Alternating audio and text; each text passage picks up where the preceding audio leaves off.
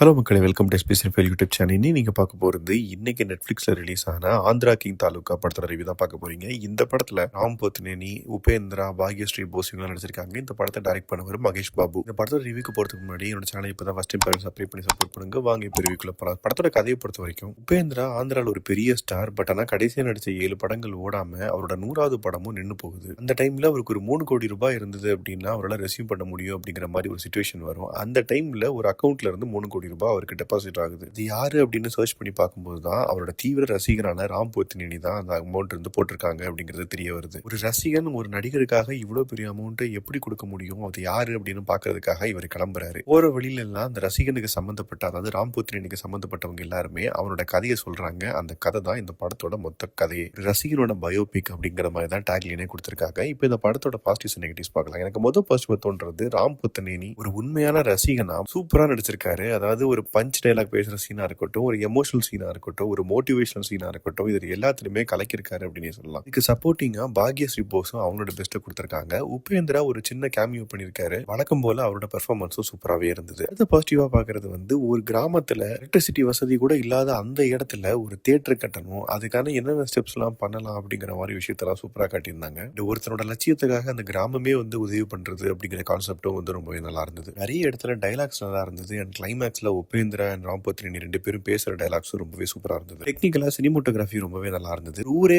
ரொம்ப அழகா காட்டியிருந்தாங்க. அதே மாதிரி மியூசிக் ஒரு பெரிய சப்போர்ட்டிவா இருந்தது இந்த படத்துக்கு. குறிப்பா பிஜிஎம், இதெல்லாம் தான் இந்த படத்தோட பாசிட்டிவ். நெகட்டிவ் சைடு பார்க்கலாம். நம்ம நெகட்டிவா தோன்றது, இந்த படத்துல நிறைய அன்வான்டட் சீன்ஸ் இருந்தது. குறிப்பா அந்த ரொமான்ஸ் போர்ஷன் அதை கொஞ்சம் ட்ரிம் பண்ணியிருந்தாங்க அப்படின்னா இன்னுமே நல்லா இருந்திருக்கும். என்னதான் அந்த கிராம மக்கள் உதவி பண்ணாலும் ஒரே பாட்டுல ஒரு தியேட்டரே கட்டி முடிக்கிறது அப்படிங்கிறது பழைய விக்ரமன் படத்துல காட்டுற மாதிரி இருந்தது. அதுவும் பெருசா கன்வின்சிங்கா இல்ல. மொத்தத்துல இந்த படத்தை பத்தி சொல்லணும் அப்படின்னா, தியேட்டர்ல பெருசா ஓடல இந்த படம். பட் ஆனா ஓடிடியில் வரும்போது சரி, எக்ஸ்பெக்டேஷனே இல்லாம இந்த படத்தை பார்க்க ஆரம்பிச்சேன். ஆனா எனக்கு முடியும் போது கொஞ்சம் ஓகேவான படமா தான் இருந்தது. ரொம்ப மொக்கையாவும் இல்ல, ரொம்ப சூப்பராகவும் இல்ல. என்ன பொறுத்த வரைக்கும் இது ஒரு ஆவரேஜான படம் தான். நெட்ஃபிளிக்ஸ்ல தமிழ் டப்பிங்ல அவைலபிளா இருக்குது. இன்கேஸ் நீங்க பாத்தீங்கன்னா உங்க ஒப்பீனியன் என்ன அப்படிங்கறத கமெண்ட் செக்ஷன்ல சொல்லுங்க. அடுத்த ரிவ்யூ சந்திக்கிறேன். Bye, take care.